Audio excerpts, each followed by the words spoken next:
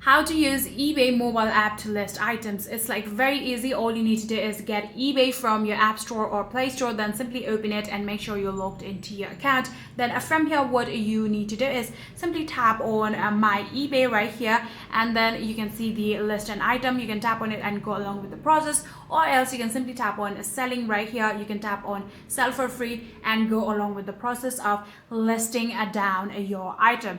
So just like this, I will be searching for my item. In here I will be adding down my exact details. Just like this, you need to be particular about your eBay listing details, as you guys might know, and then from there you can now, like I said, start adding details.